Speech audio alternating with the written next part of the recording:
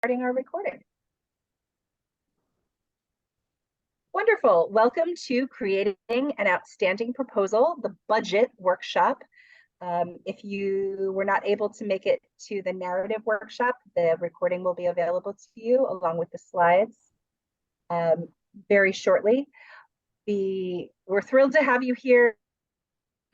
Super excited you're applying for funding from the New Jersey Council for the Humanities. The purpose of our workshop today is to take a deep dive into budgets. Very excited to do this. Why are we taking a deep dive? Why are we taking 45 minutes to just talk about budgets? Well, because budget is one of the main review criteria that comes up when we're evaluating grants for the New Jersey, when our evaluators, I should say, are looking at grants and evaluating your proposals. And while it is, I suppose, about 25% of the total things that are taken into consideration, it is one of the reasons why applications tend to fall short, is our problems in the budget. Approximately, we are only able to fund in each grant round, we're only able to fund about 30 to 40% of the proposals that actually come to us. So you literally can't afford to not spend time really thinking about and developing your budget. This is an area, like I said, where applications can often fall apart. I can't tell you how often someone says to me, I'm a humanities person. I don't do numbers. It's just not true. I mean, I believe that that is something that you may think about yourself, but we are going to do this together, and I will show you about why this is worth taking your time on, and how it does not need to be something that you're fearful of. I really do truly feel that anybody who's saying, I don't do numbers, is just nervous about approaching that. And this does not have to be something that creates a fear response. So things we're going to cover today: how do you right size your request? It's a very difficult thing to do. We're going to talk about matching funds, since this is a requirement for all of our grants. We're going to talk about indirect costs, which is an area that often trips people up and is hard to comprehend. It can be hard to comprehend. We're going to talk about how you can effectively assign a value to any particular line item in your budget and give you some tools to help you do that.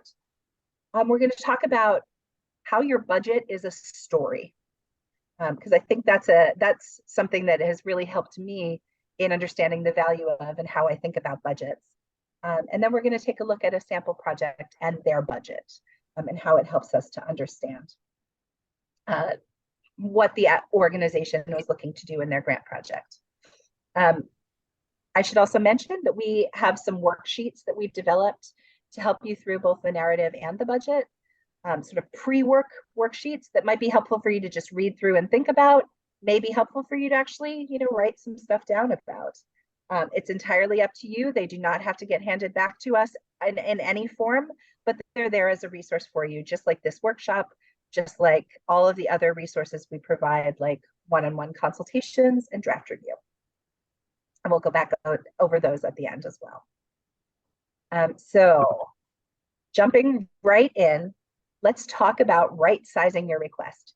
And by right-sizing your request, I'm sort of dealing with the question that we get a lot.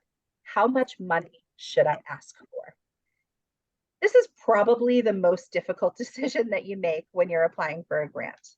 Our maximum grant request is $15,000 for both incubation and action grants. And a lot of people, though not by any means all, simply request the maximum. That might be a good strategy for you, and it might not. A few things to think about when you're thinking about how much money you're going to ask and how you're going to right size, what I call right size your grant. Remember that we only give project grants. We do not give general operating support. We are not allowed to give general operating support. So this means that we are looking to fund discrete work within your organization, right? Not general work of your organization, but a discrete project that your organization is doing. As you are thinking about your project and building your project, making notes about that relate to your budget as you're building it out is often a really great strategy. I've even seen beautiful examples of this with people who are much more visually adept than I am, where they have like lots of notes on one side of the page that are all about the narrative. And then on one side of the page, they just pull out things that are related to the budget, whether that's in notes or very specific amounts. As you're identifying pieces of your project plan, you can keep notes about what expenses are associated with this. So for example, if you say, we're going to bring on a speaker, well, guess what? A speaker almost always has a fee associated with it. And even if that speaker doesn't have a fee, there is a value to that time, the time that your speaker would have, that can be applied to your grant's required match, which we'll get into, as I said. We'll look at some specific examples of this in a few minutes. Another consideration as you're thinking about the right amount of funding to request is, what is the size of your organization, right? What is the size of your annual budget? There are some foundations, we are not one of them, but there are some foundations that have very specific directives around this. They may say you are not allowed to request more than 10% of your operational budget or something like that, right? So if you're a $50,000 organization, that means your maximum request is $5,000. We do not have specific requirements about that. However, it is absolutely something that, evaluators are taking into consideration. We have definitely funded projects that are a significant portion of an organization's operating budget, particularly in very small or volunteer-driven or mostly volunteer-driven organizations where the difference between an operational budget and a project budget can get really squishy and a little gray. That is not unusual. However, it is also never a bad idea to think about starting small and growing over time. When you're thinking about how much money you're going to request, it's going to be very important for you to make a case that your organization can manage a grant of the size that you're requesting.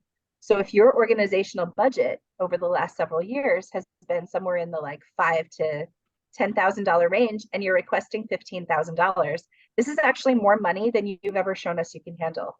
What are the ways that you can help us understand that you are ready to take on that level of responsibility?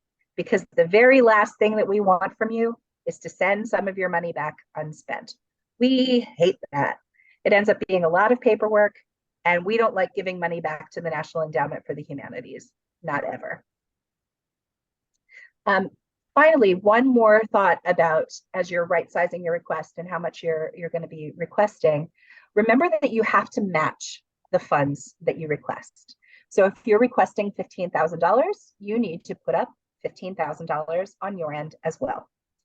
And in fact, since that gave me such a lovely little intro, let's talk a little bit more about matching funds. And I promise after this, I will take a pause to take questions. So matching funds, we require a minimum one-to-one match for any funds that you request. So if you get a grant of $10,000, you are providing $10,000 in matching funds. That is a slight misnomer because it actually doesn't have to be matched in cash. It can be any combination of cash and in-kind funds as well. I should mention before I get into the definitions of those two things that we ask you to match your funds because we are required to match all of our funds. So we get a grant each year from the National Endowment for the Humanities. Right now it's about $1.4 million, but we'll see what happens in this latest budget insanity and see where we'll be in the next year. And we are required to match all of that funding that comes in. We do that through getting other grants. We do it through individual donations. We do it through a small grant from the state of New Jersey, some matching funds from the state of New Jersey. And we do it because all of your matching funds help us to create the match that we are required to give each year. So matching funds, cash and in kind. Cash is pretty simple. It's all of the funds that are contributed to the project that come from some other source other than the New Jersey Council for the Humanities and incidentally the National Endowment for the Humanities. For example, you might have another grant that is contributing to your project. You might take some of your regular operating funds and devote those to the project. You might have a donor who's matching everything that you have. These are all ways that you can make a cash match. In-kind funds, on the other hand, are all of the value that comes from non-cash sources. So this is donated goods and services. This is volunteer time. So for example, if you're bringing in, somebody to work on your project who's coming from out of town, and your local hotel says, hey, we're going to donate a room for them to stay for the night. Fantastic. What's the value of that room? Maybe somewhere in the vicinity of $200. Congratulations. You have $200 of in-kind match, and you would put it under travel and lodging. All the expenses in your budget have to be eligible expenses. That includes both your in-kind, the funds that you're requesting and also your match. So if an expense is ineligible for us, it can't be used even toward your match.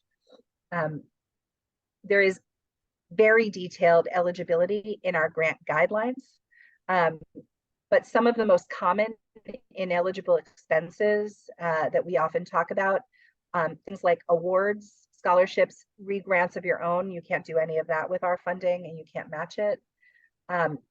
Capital expenses exceeding $4,000 for each. Alcohol and entertainment expenses.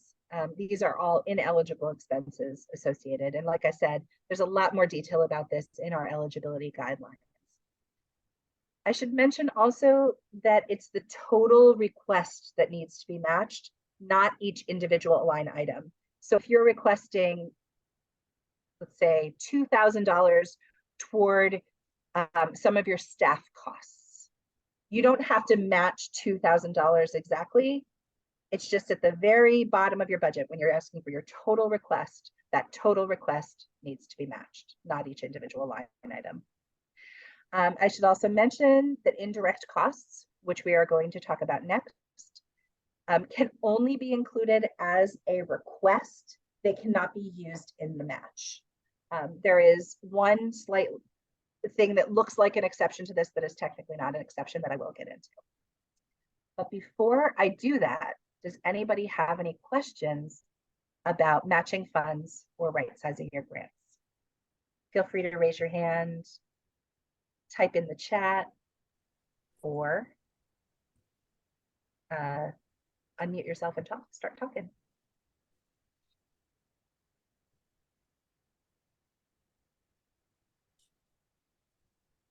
I have a question. I have a question. Go ahead. It's Nancy. I have a question. Can you hear me? I can, yes. Okay. So I have a question about ineligible, and forgive me, I didn't look through that piece yet, but you did mention sort of alcohol. So I'm thinking about food in general. And alcohol is often a problem, particularly if there are younger people around. So, which I understand. I don't approve of intoxicating younger people. But if there is a reception that's part of the public engagement, and there is food and it's only adults, and there is alcohol, so that there is a budget, just to say there's a reception budget with line items about those things, should that not be included in the budget proposal because it's ineligible, and the organization should just keep in mind, meaning my team, that we have those alcohol costs, but they're not in our application to NCJH? Yes, that's a great question, Nancy. You can absolutely include it, but our funds can't be used to pay for the alcohol. And I should be very clear, very specifically for alcohol. Food is absolutely fine. Right. Coffee, great. Apple juice, have a great time. Right. So a lot of the costs of your reception would be okay to ask for in your grant request. But there, alcohol and entertainment is the other one that happens.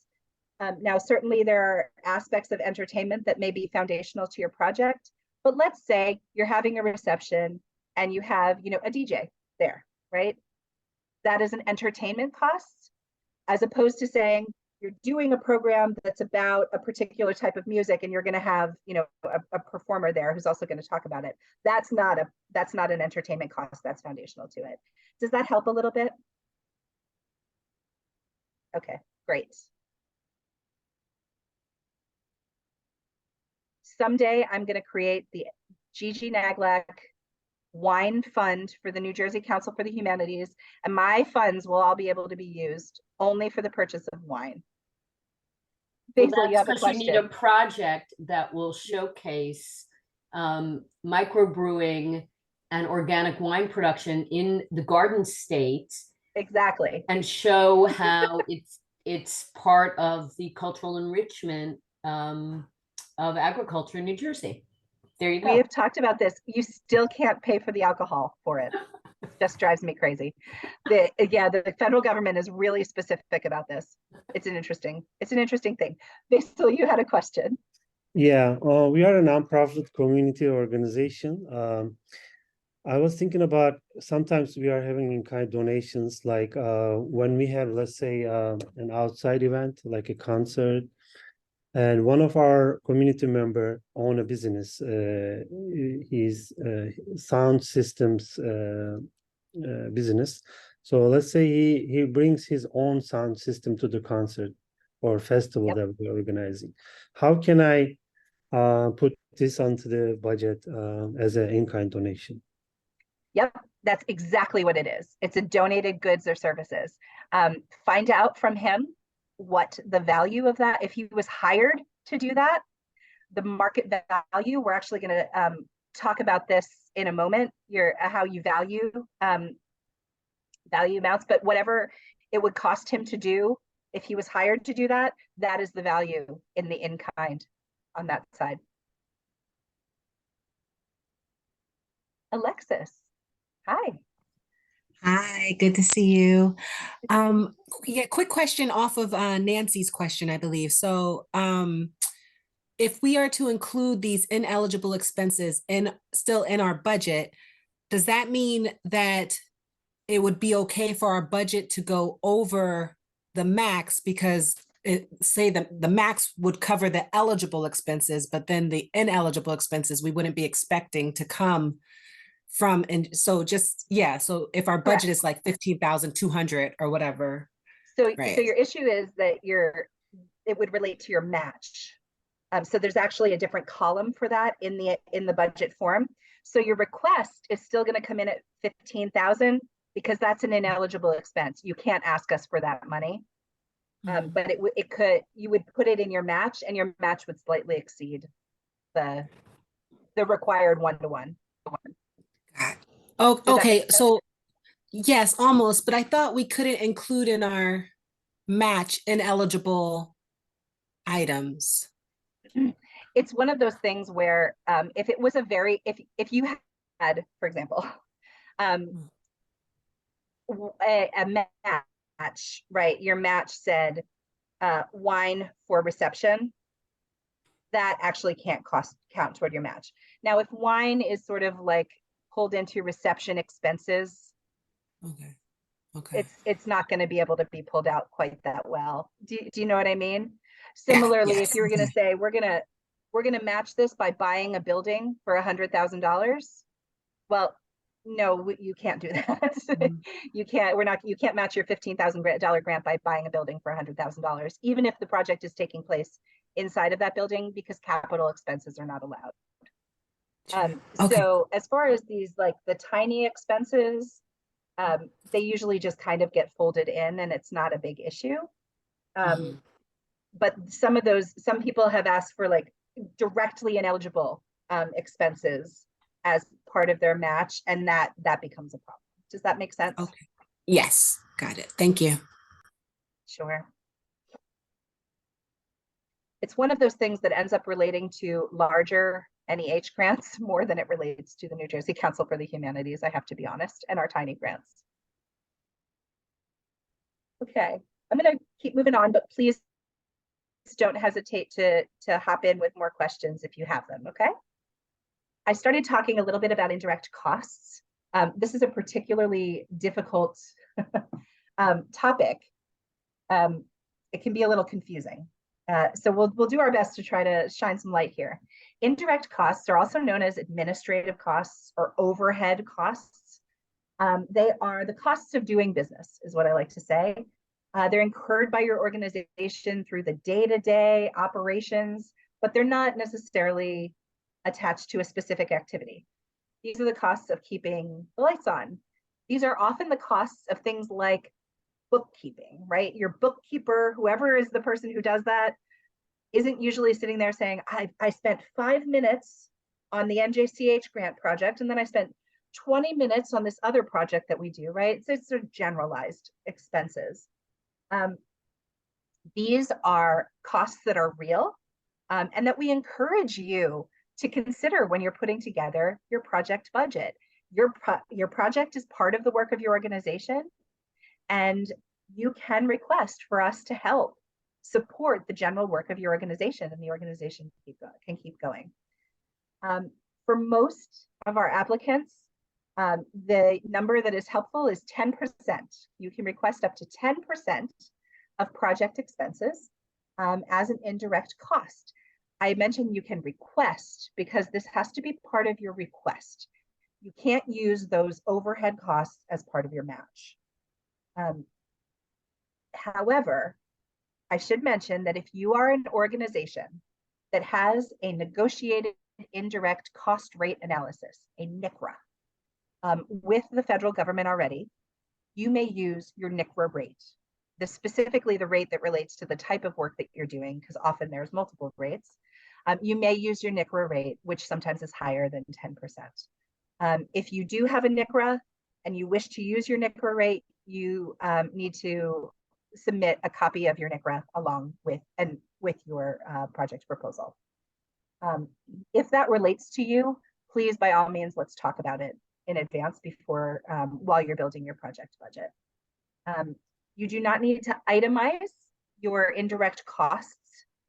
It can just be a percentage of budget. And if you decide 10% is the right amount, fantastic. If 5% really gets you there, that's fine.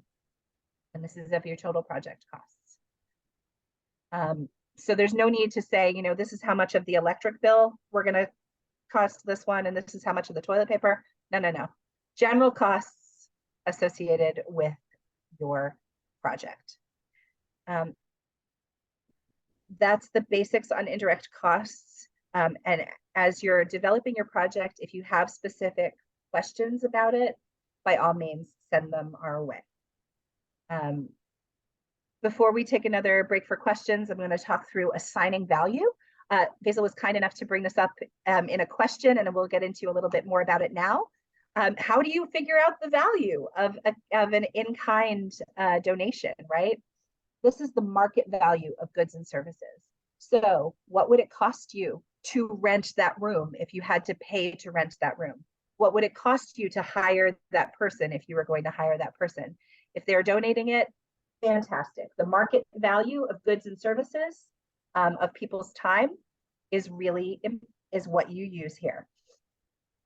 Finding a realistic estimate is what is important in this. You don't want to end up, this relates both to your request and to your match, in fact. You don't want to end up having not requested enough to actually cover your costs. We can't give you more money after your grant award has been made. That's the award, we're done. If it ends up costing more. But you also don't want to overestimate and then not actually be able to spend out your funds. Like I said, we hate that. We don't want to give money back. Never give money back. We will come to you with many ideas for how you can spend down your funds rather than give us your money back. I want to mention, as we're talking about valuing here and assigning values, that one of the most common problems we have in this area is that volunteer time that's being used to make a match is undervalued, often grossly undervalued. And we do not want you to fall on that. We recommend a resource called Independent Sector, which creates an annual valuation of volunteer time that is based on your location. And in fact, you can go to independentsector.org, value of volunteer time. You really can't miss this one. Right now, I just looked it up last night to confirm where we're at. The average value of volunteer time nationally is $31.80. In New Jersey, for 2022, that was valued at $33.82. That is just the person who's doing basic volunteer stuff. That is not the volunteer work that sometimes comes to us that is much higher value than that. For example, if someone who is a web designer volunteers to, design and build your new web page that's associated with your project, web designers cost a lot more than $33.82 an hour. I can tell you that for sure. So again, you can use the market value of goods and services to match your required, help to make your required match. It is totally and completely reasonable to ask someone what they charge to help to build your budget. This relates again to the amount that you wish to ask for in your request. So for example, I always use a speaker as an example because it's very simple. If you want to have somebody come in and talk or lead a discussion about something else, it is totally reasonable to reach out to them and say, dear Sylvester Cruz, who is a graduate student, in addition to working here at the New Jersey Council for the Humanities, I hear that you are an expert in early modern English, and we'd love for you to lead a discussion about Shakespeare's tragedies. How much do you charge per hour to do that? If we get this grant funding, are you in? And he would say, yes, that sounds amazing. I would love to do that program. And I charge $40,000 an hour. Because I'm assuming that's what Sylvester is worth. That's what I think he's worth based on his work here at NJCH. And you can ask for 1/10 of his salary for 1 hour. But in all seriousness, it is very normal for people to create an estimate of how much their work will cost, to provide that for you, either verbally or in writing. And in fact, if you've got a written estimate or scope of work from someone, feel free to attach that to your proposal. It helps us to understand that this number is not coming out of the blue. You've really done your homework. You really know what this is going to be. And it gets into that clear and realistic plan that you're looking to create for your project proposal. Okay. I talked a lot about money, assigning value, making your match. Does anybody have any questions? I'm going to drink some water while you're thinking.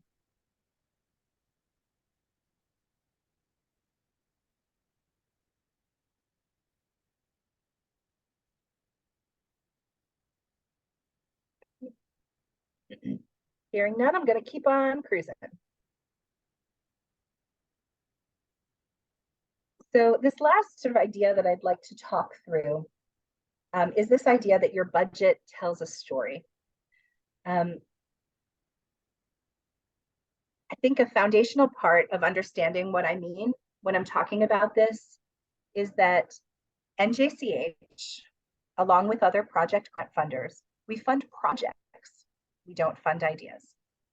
I have seen many proposals that are really, really cool ideas that are not yet quite ready as projects. They are still very much in the idea stage.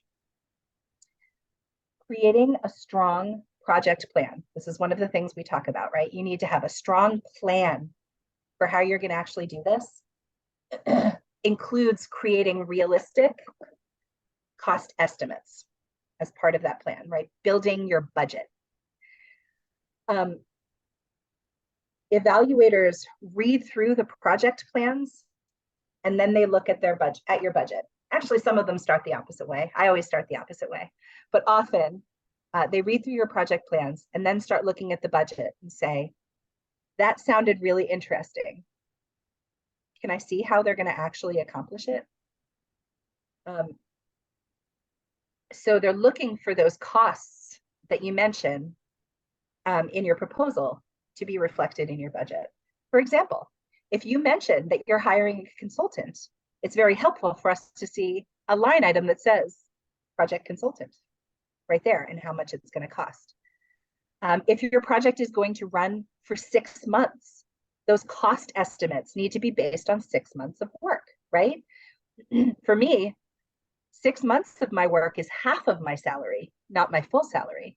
So if I'm going to be working on this project, let's say 10% of my time for 6 months, that's 10% of my salary for half a year, not a full year.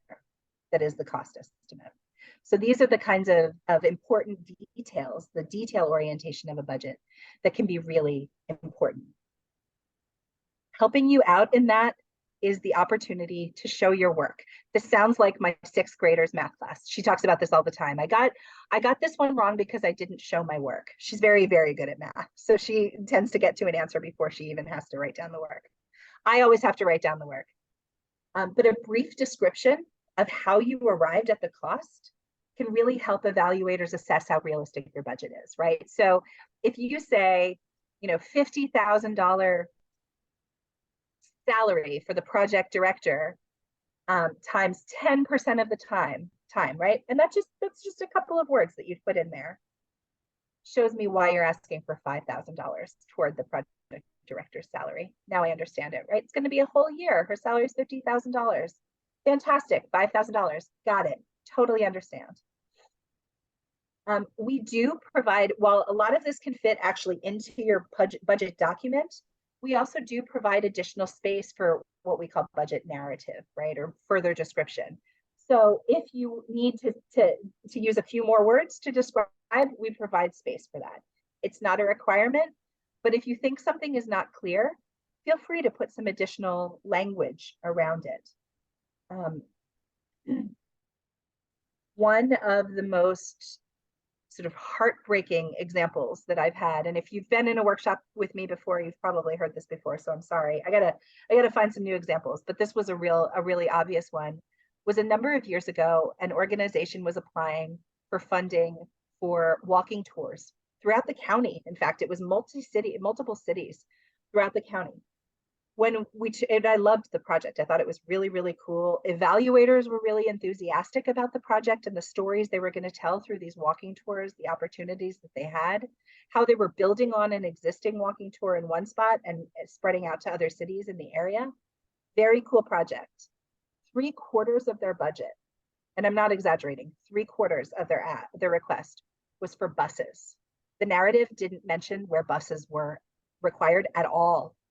And specifically, it seemed to belie the idea of walking tours.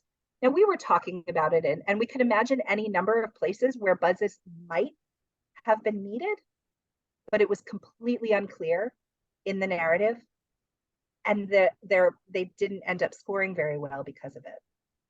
The narrative and the budget were not talking to each other, were not matching each other. That was one of the most heartbreaking examples I ever heard. Often, just by looking at a budget, we can determine a whole lot about the proposal, even before we read the narrative. Competitive grants will always have a very simple, very clear budget that clearly reflects the project plan and the necessary steps that they'll take to get to what they wish to accomplish. All right. Before we hop into a brief look at an example of a budget, can I answer any questions of the things we've been talking about recently?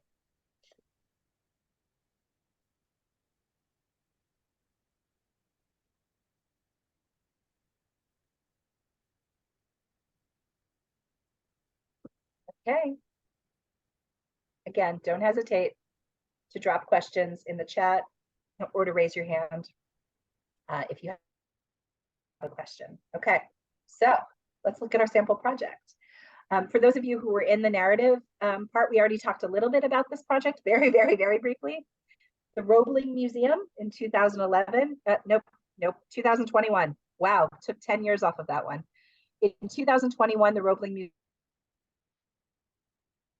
came to us with their project, To Be Good Neighbors, and they received a grant for it. The project was about preserving a house across from the museum as an authentic example of an immigrant workforce housing within this company town that existed around the Roebling factory for a long time. They had already received the house, but they wanted an opportunity to really take a deep dive with the community about what the community themselves, the people who live in Roebling, which used to be a company town, it's not a company town anymore. What do they want from this? What are they hoping to preserve about their own history? What do they care about today? How do we connect that history to what's happening today in Burlington County in this particular case? So we're going to take a close look at their budget. I'm sorry, this is the part of their narrative that I mentioned. But we're really going to take a moment to look at their budget. So, oops, sorry about that. You can see there's 4 columns here that I've provided for you. The request, the NJCH request is their grant request. They requested a total of $15,000. They have their cash match, and they actually were able to match this one entirely through cash. If they had had any in-kind match, and when they actually submitted their final report, they had a ton of in-kind match actually based on the work that they did. So they were able to amend their budget to report even more match beyond what they were required to match, the one-to-one match, which is always very helpful to us. Thank you very much, Roebling Museum. And then just the total of the request and the match. So it's a total $31,000 project, slightly over $31,000 project. And they were requesting $15,000 for it. So what I'd love to have some of you jump in, whether again through the chat or by unmuting yourself, and let me know, what do you see as the major expense required in this grant?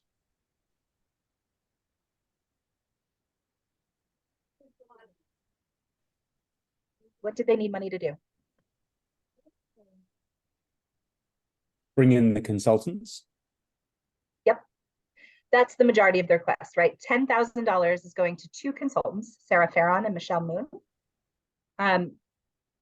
They're bringing in consultants. This is an incubation grant. They were doing a planning and development project that had a huge community focus. And what they needed to do was pay people to do that work. This is not unusual. I chose this example, and I tend to choose this example because it really reflects a lot of what we see in our grants. And I think speaks against some of the misconceptions that come out. Paying people with NJCH grant funding is great. Please pay people. And you can see that a portion of their funds is actually going directly to their staff, to their executive director.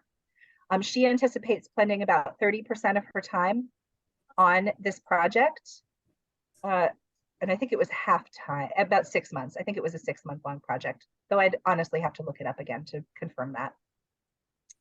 She expects to spend about 30% of her time, totaling, was that 19.5, and has requested a certain percentage of that time go to her.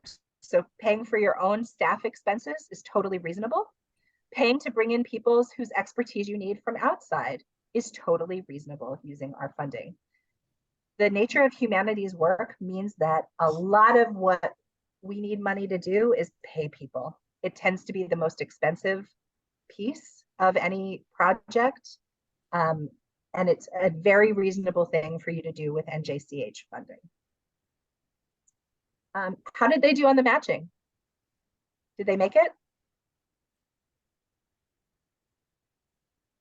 They need to match 15,000? Yes, I'm seeing a Yes. lot of nods. Great. Yep. They actually even exceeded their match just with their executive director's salary. I mentioned that there's sometimes some confusion about indirect costs.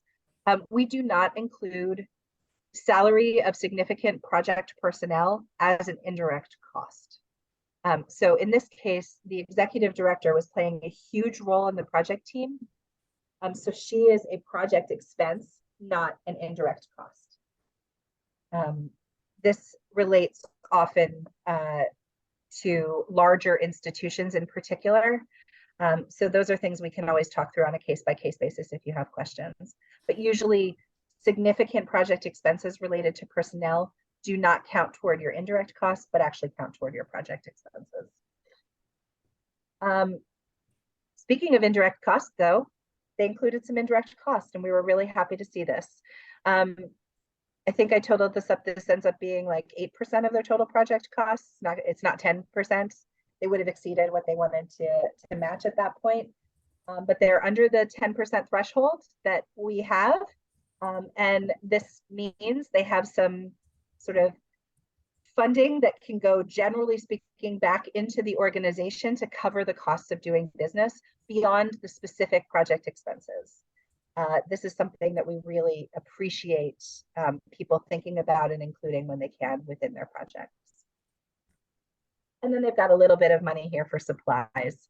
I always say, you can't do public history work without clipboards and pencils. So I assume they were buying a lot of clipboards and pencils.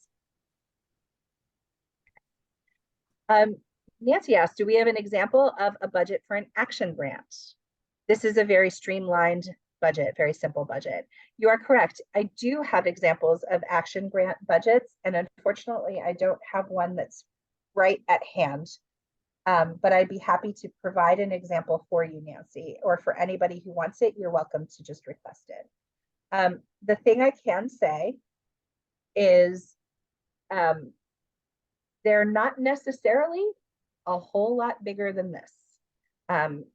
This is a pretty streamlined budget, admittedly, in part because those individual expenses are quite high. But we do find with very small grants of $15,000 that this level of detail is totally reasonable. For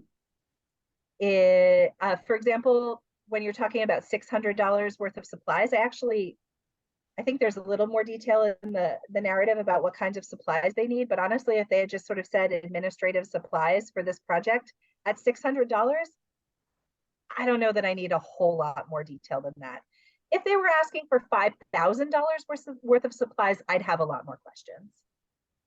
So we do encourage you to group expenses together in ways that make sense, that don't make you crazy in putting together an overly detailed budget. Does that help at all, Nancy? This may be very specific to a project they're doing through the university, and where there's an office of research, and yes, what we need to submit. I guess I got confused about what I need to submit to them versus what I need to submit to you. To them, there's a lot of things like with Fringe, and because it's federally funded, and I mean, I know your experience this because you have other people who've applied through Rutgers, but it's very complicated. This budget that I'm looking at now, for all those of us who think we're math challenged, even though I really wasn't, but I've become math challenged. This is just so direct and simple with very little actually detail. But I have a feeling that this may be good for you guys, but it's not good for the business office and the research office at Rutgers. Yes, unfortunately, that is also my experience with Rutgers. I'm sorry to say. Okay. And with a lot of colleges and universities. Yeah. Similarly, we don't want it to be burdensome for you to have to recreate something out of what Rutgers creates. So if they're asking for more detail and it's helpful for you to give more detail, you can add columns, or you can add lines, excuse me, in the budget without it being a problem. Okay. Other questions about this budget example or about anything else I've talked about? Yeah, go ahead, Will. So if the majority, we're doing an incubation grant, and if the majority of our in-kind match is going to be volunteer hours, Yes. where would we show this in the budget? Would we just put in a line item that didn't have a number under the NJCH request but showed the in-kind? Correct. So Okay. you would show, for example, where this says here, consultant Michelle Moon, yours would say volunteers. And rather than it being filled in under the NJCH request, it would be filled in under in-kind match in that column. Right. I don't know if you all can see my cursor, but I'm circling it right now. Thank you. Sure. Yeah, and that's exactly what you need to do. Whoops, I have a 4-year-old with me here. What your budget may have pieces in each of these columns. So you may have pieces that are part of the NJCH request. They may be exclusively in the cash match or in the in-kind match. Or it may be that you have, as the executive director did in this particular project, she, in just that one line item, hope you can't hear my daughter screaming in the background. In just this one line item, she's asking for part of the total in the NJCH request and part in the cash match. All of these options are totally fine.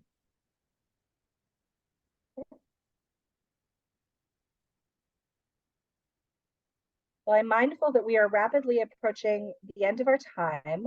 I'm gonna go to my final slide, which has the reminders of time that's coming up. If you wish for us to look at a draft, you are welcome to submit by October 11th. If you can submit sooner than that, we always appreciate it. We have actually started to receive them. And if you wish to request a one-on-one consultation, the method for doing that is actually in your what's it called, in your LOI response email that said you're welcome, congratulations, please apply for a grant. But we can always send you the link to set up your consultation. If you've lost it, email us at grants@njhumanities.org, and either Sylvester or I, probably Sylvester, will get back to you with that link. You're also welcome to send us direct questions. If you have a specific question that doesn't really require a whole meeting, you just need a quick clarification, happy to answer those questions as they come up. There's no problem at all. I should mention also with grant consultations, please schedule those sooner rather than later. Our days do fill up. We have, the number of applicants who are currently in the system is greater than the number of single hours that we have over the next couple of weeks. So please do, if you want a one-on-one consultation, plan on scheduling that sooner rather than later. I should mention that both in terms of grant consultation and draft review, you are welcome. We can do a draft review of a partial draft. However, I always strongly recommend that people submit a budget along with any narratives. Often people submit only a narrative, and yet it's often budgets that cause the actual problems. So a narrative full of bullet points with a complete budget, it actually can often get you more than a beautifully written narrative without a budget. The final deadline for submitting your application is October 17th at 11:59 p.m. So as long as it's on October 17th, you can submit. And you will be notified of whether or not you receive an award by no later than December 31st, so that your projects can begin as early as January 1st. I'm gonna stop sharing so that I can see all of you in front of me and take any additional questions that might have. Amanda, I'm happy to send you more Action Grant info as well. And October 11th deadline may also include budgets or not, as you wish. Alexis, you have a question? Yes, quick question. Can NJCH help connect us with public health, public humanities scholars? I'm pretty certain I have a specific scholar that I want in mind, and I may be able to connect with somebody through my network, but I'm wondering if NJCH may know people that would be interested in collaborating. Absolutely. It's one of the main things that we talk to people about. We're happy to give our input on that. Absolutely. We do know a lot of people. We don't know everybody, of course, but we'll do our best to help you connect with someone. And certainly if we have a direct connection with them, we're happy to make introductions. We're also happy to connect you with other institutions that might, in case that ever comes up. You know, if you know that you're doing some work and you'd love to connect with somebody nearby that's doing similar kinds of work, or maybe somebody very far away who's doing similar kinds of work, we're happy to do as much as we can to connect you with anyone that you'd like to connect with, and to offer opportunities for all of you to connect with each other and learn from each other. Those are coming down the pike too. Any other questions? Okay. It was a pleasure to spend a little time with all of you. I'm going to stop recording.